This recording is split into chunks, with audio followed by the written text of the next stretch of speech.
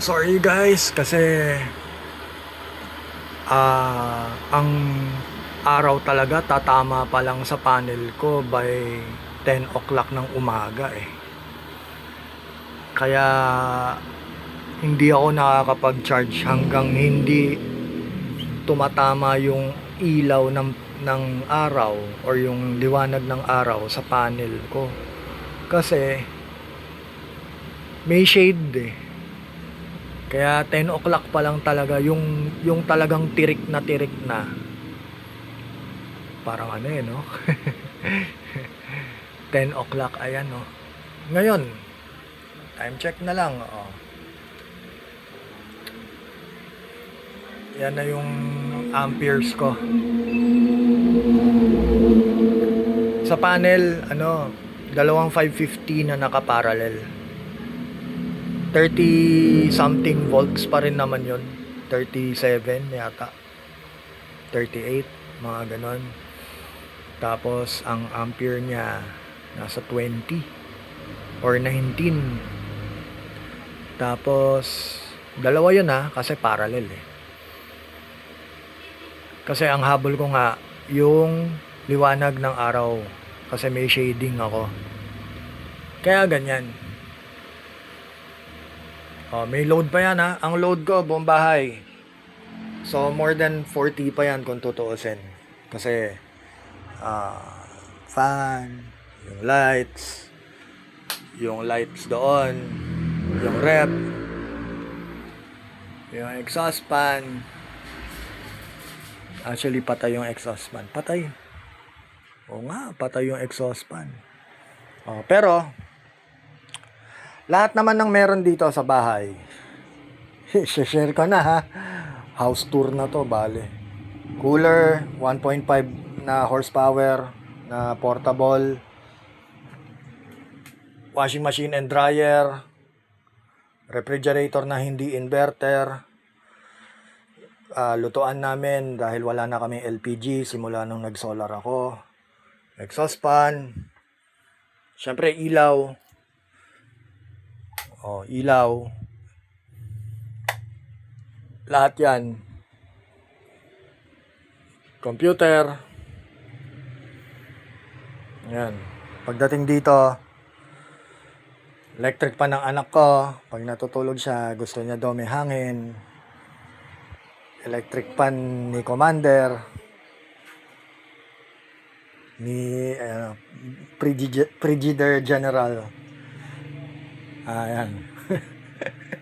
Joke lang. Tapos, ayan sound system ko pag nanonood ng movie, Netflix, and kung ano-ano man ginagawa sa PC. Ayan. Picture ni Mayor. Yan lang guys. Ang buong bahay ay naka-solar na. Ayan pa pala. Internet, nightlight, portable na 5 volts na electric fan. Yan lang naman yung loads ko. So ngayon, charging ako sa 41 amperes. Baka sabihin kasi ng iba, di naman totoo, ganyan-ganyan. Ito, system ko. Start tayo sa battery.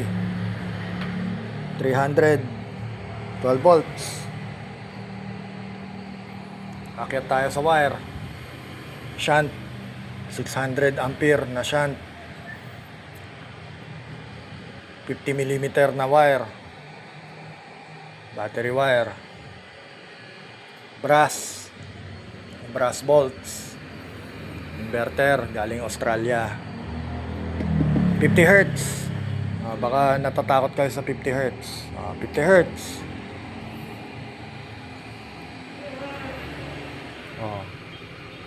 After nyan, temperature, Anderson input, panel, battery output, direct, M100 Pro na PowerMR. Ayan, medyo malaki, dambuhalang charge controller. Ayan yung kinakain ng inverter ngayon. 0.64 watts. Baba lang, no? Kasi mga ilaw lang yung nasa loob ngayon. Ito ay battery monitor ko, tsaka BMS external. Nalalaman ko yung state of charge ng BMS through wireless. Bluetooth po yan. Binabato niya doon, dito, sa phone na nakamonitor sa loob. Ang wire galing sa inverter. Ayan. Umikot. Tumakbo doon. Ayan. Pumasok doon sa ang likod niyan yung fuse box na ng bahay. Breaker box pala. Dati may linya ako ng submeter dyan. Naka-submeter ako sa kanila. Tapos pinatanggal ko na yung submeter. Ayan o. Wala na. So ito, wala na yan. O ayan. Diyan yan eh. Ayan o. Ayan. So wala na, no?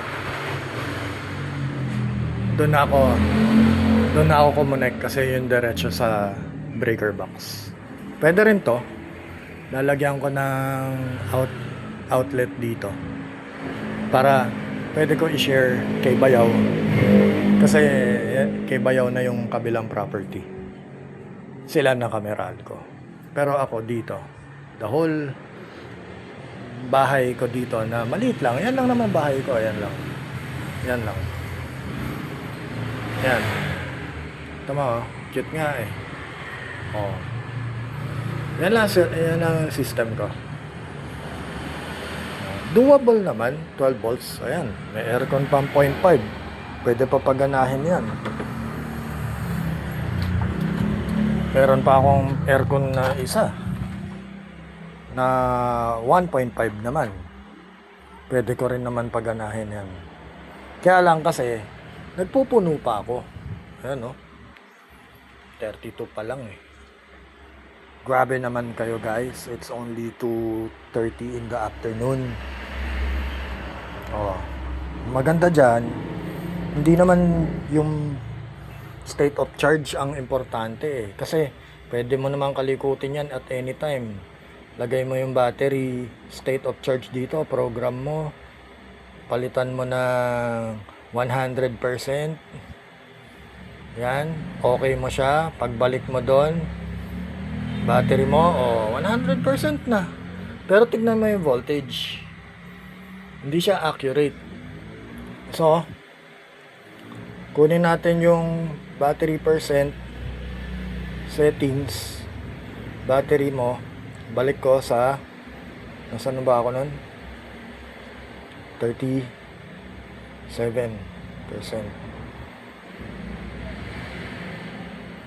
So dapat kasi alam mo yung charge ng battery mo pag gumagamit ka ng shunt. Hindi kasi niya malalaman yung laman ng battery mo kung hindi mo nilobat yan 0-0 or nag 100% ka para maset mo siya. So ako kasi 0-0 talaga yan. As in tumunog yung inverter, nag low voltage alarm siya. Sa ako sinet. So alam ko na 37% pa lang yung state of charge niya. Pero ang importante dyan is yung voltage. Voltage is 13.4. So nominal niyan nasa 13 something 0.8, mga 14.2, mga ganun. So yun yung charging ng LO4 setting or LiPo4 sa POW MR 53 amperes ngayon. 35 degrees, 25, 0, LO4 14.4, 13.8 float, 13.2 boost, float, boost pala yung 13 yung kanina, And then 13.6 yung MPPT trigger. 53.4 amperes. Ayan, may fan siya rito. Ayan. May fan din sa kabila. Okay. So, ito yung inverter ko. Pag pinatay ko to, brownout out dyan sa loob. Kaya lang, hindi ko magagawa dahil may internet ako, mamamatay din. Dapat yung internet, dinerecho ko na dito sa battery. Kaya lang ayoko. Gusto ko the whole house pa rin. Ganun pa rin naman. Pwede naman, pero ayoko lang. So, yun lang guys. Simple lang naman yung setup ko, diba? So, magcha-charge ako ng e-bike. Ito yung charger ngayon.